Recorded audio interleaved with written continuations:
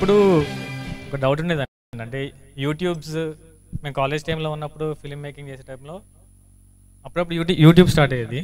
యూట్యూబ్లో film making ఇప్పుడే just అంటున్నాను రాజేష్ గారితో, కొన్ని రోజులు అయిన తర్వాత ఇంకో ప్యారలల్ ఇండస్ట్రీ స్టార్ట్ అవుద్దేమోనండి షార్ట్ ఫిల్మ్స్ టైప్లో.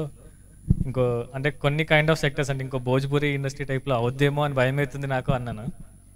బట్ నేను ఐ బీన్ సీయింగ్ అంటే కొన్ని క్వాలిటీ కైండ్ ఆఫ్ ఫిల్మ్స్ కూడా వస్తున్నాయి.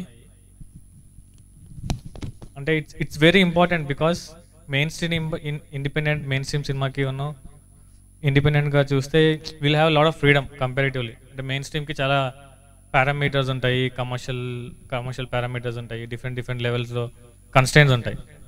బట్ ఇండిపెండెంట్గా now everybody is making short films and it's very important. Like battery ఒక దగ్గర తీసుకొచ్చి, కెమెరా లెన్స్లో ఒక దగ్గర తీసుకొచ్చి, ట్రైపోర్డ్స్ ఒక దగ్గర తీసుకొచ్చి, they are so passionate. So అట్లాంటి వాళ్ళకి ప్లాట్ఫామ్ అనేది చాలా ఇంపార్టెంట్. ఐడెంటిటీ ఎక్కడో ఉంటారు. ఇప్పుడు నేను ఇందాక రాజేశ్వర్ కూడా చిన్న వీడియో చూపించాను, ఊర్లో ఎక్కడో ఉంటారు కానీ వాళ్ళకి ఐడెంటిటీ ఉండదు. There is lot of talent బయట apart from the mainstream. So this talent at some point people has to recognise. ఒక ప్లాట్ఫామ్ అవసరం.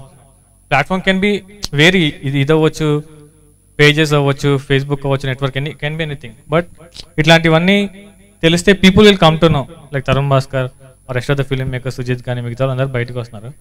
And I feel very happy that some kind of initiative has been taken from you guys, and new talent will definitely come and nowadays like it's changing recently and it will change for good.